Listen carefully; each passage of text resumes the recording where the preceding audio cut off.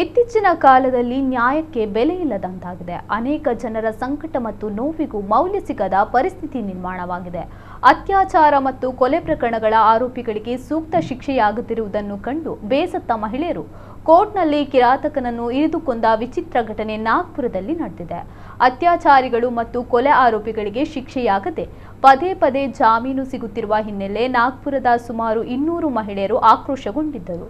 ಸರಣಿ ಅತ್ಯಾಚಾರ ಮತ್ತು ಕೊಲೆ ಪ್ರಕರಣಗಳಲ್ಲಿ ಆರೋಪಿಯಾಗಿದ್ದ ಅಕ್ಕು ಯಾದವ್ ಜೈಲಿನಿಂದ ಪದೇ ಪದೇ ಜಾಮೀನಿನ ಮೇಲೆ ಬಿಡುಗಡೆಯಾಗುತ್ತಿದ್ದನು.